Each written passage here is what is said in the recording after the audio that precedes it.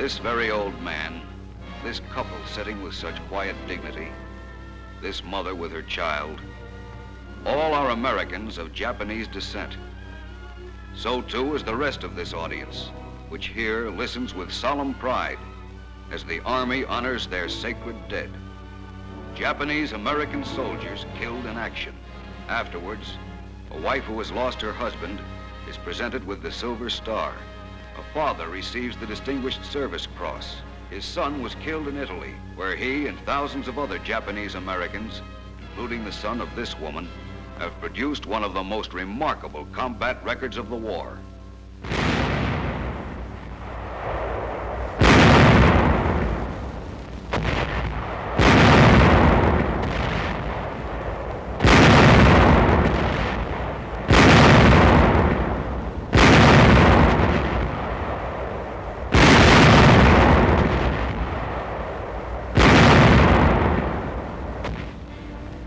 Important and decisive battles.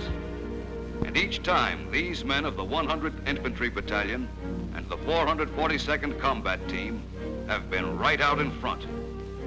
Here, after bitter fighting, they enter Livorno, one more ill-fated town that has been pounded into rubble, as the Fifth Army makes its slow, tortuous advance up the hot, dry valleys of Italy. Already within the buildings, the dead have begun to stink, as the men deploy cautiously, wary of enemy snipers that have been left behind. And the Nazis, when they're rounded up, are plenty surprised.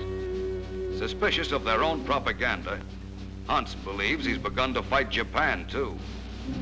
Fritz thinks that maybe these GIs are Chinese troops, recently transferred to the Italian front. The casualties are returned to field hospitals. The seriously wounded immediately undergo emergency operations. While this GI, lying under a tent, has already begun his period of convalescence.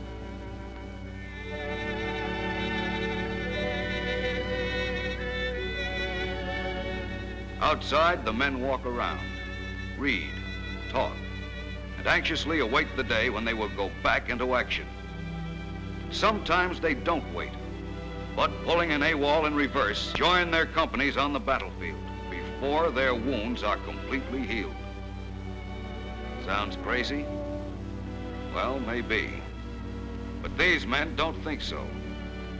They've got a reason for being one of the top outfits in this war, as one of them testifies. I'm from Seattle. After war was declared, I was evacuated from the Pacific coast.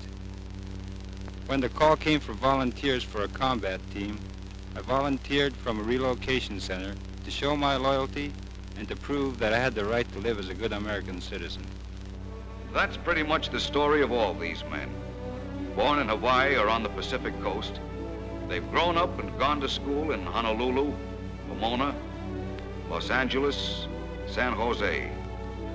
They've played football, visited drive-ins, gone to the movies at night. Their memories are the memories of all Americans, as the paper airplanes which they make for these Italian kids so clearly proves.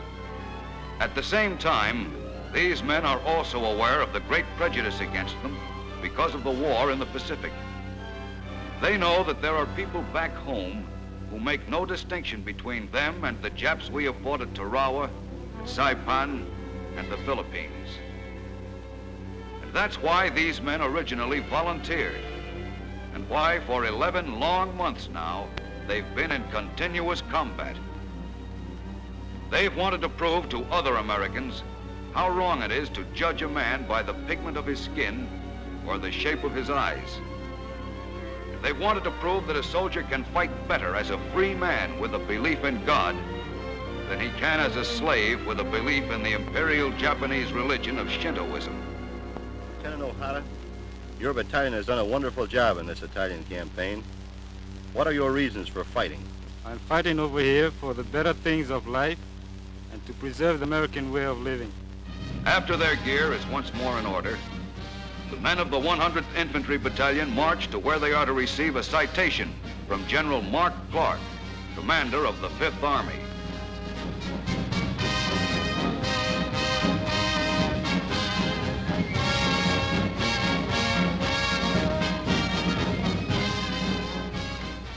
General Clark, as he will tell you, is of Irish-English descent. Many of our GIs who once fought against the Italians are of Italian descent. Thousands of our men now fighting on the Western Front are of German descent. But as in the case of these Japanese, they are no less Americans, ready to fight for their country and their belief in democracy. All of you Americans of Japanese descent have a right to be proud today. You have demonstrated true Americanism and true American citizenship on the field of battle. You have realized the necessity of coming to this distant land and leaving your homes and your loved ones in order that you could destroy this enemy who would take from you the American way of life and the freedoms which we value so highly in America. You have another right to be proud, for you have reached the high standards of American fighting men. You are always willing to close with the enemy. He has no bluff on you, and you've always defeated him. And let me tell you again, the 34th Division is proud of you, the 5th Army is proud of you, America is proud of you. And I know that whatever future action you go into, you will conduct yourselves with glory and bring about the peace that we are entitled to. Good luck to you, and God bless you.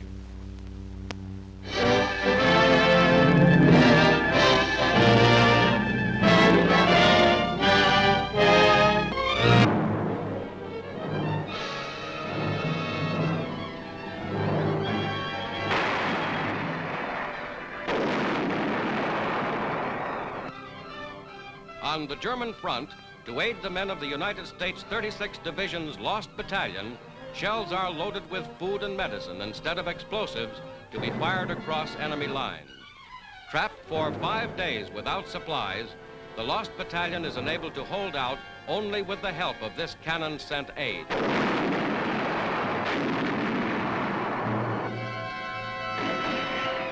American troops of Japanese descent, men who have distinguished themselves repeatedly in the European War, move out to rescue the battalion. In heavy fighting, they advance to cut an escape route through the Nazi line.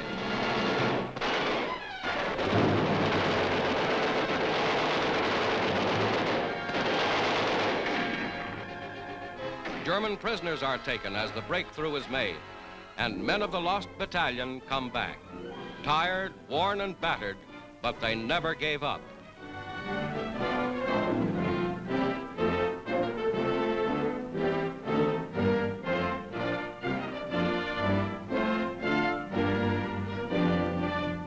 The wounded are helped.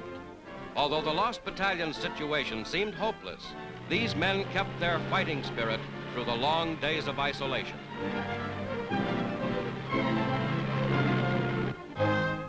Adding another chapter to their record, these American-born troops of Japanese ancestry received decorations from General Dahlquist for their work in rescuing their comrades in arms.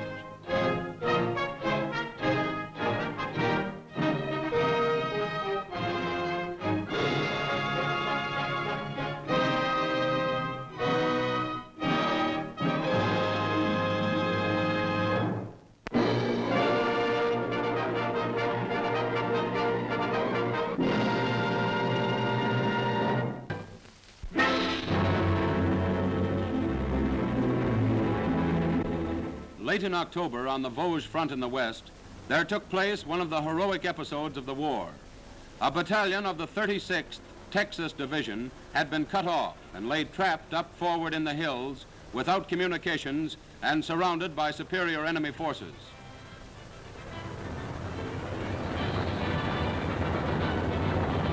While a unit battled ahead to relieve them, they held on grimly day after bitter day. Medical supplies and rations were fired to them by artillery. A near miss would have been useless here.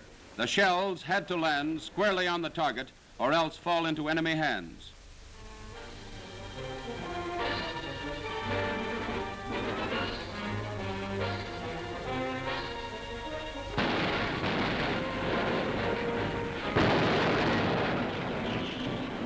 It was the 442nd Infantry Division that was ordered to cut a way through to them. This was the famous and unique battalion composed of Americans of Japanese ancestry, volunteers all. They were fighting as they had fought in Italy to prove their loyalty to their American homeland, to prove again that democracy embraces all creeds, all races. For 9 days, while the Texans hung on grimly up ahead, they cut their way forward in bitter cold and in some of the toughest fighting country on the Western Front.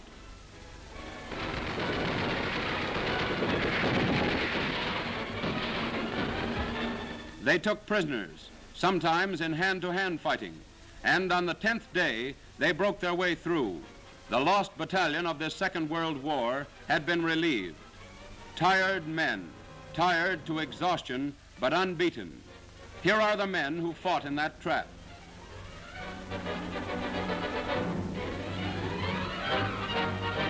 They came out with their wounded and with their dead.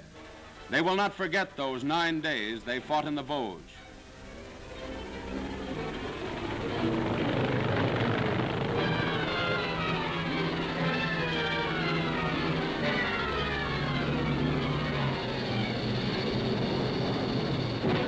Look at this man's eyes.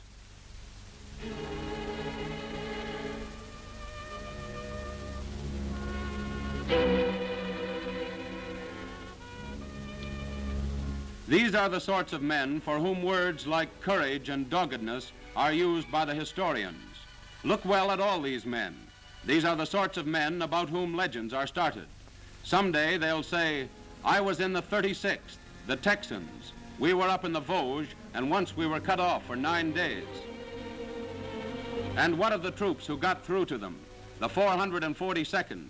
They came out too when it was over, carrying their wounded. These too are the kinds of men about whom fine words are sometimes used. These too are Americans, and they've proved it with the full measure of their loyalty. They too fought during those 9 bitter days. They too brought back their wounded.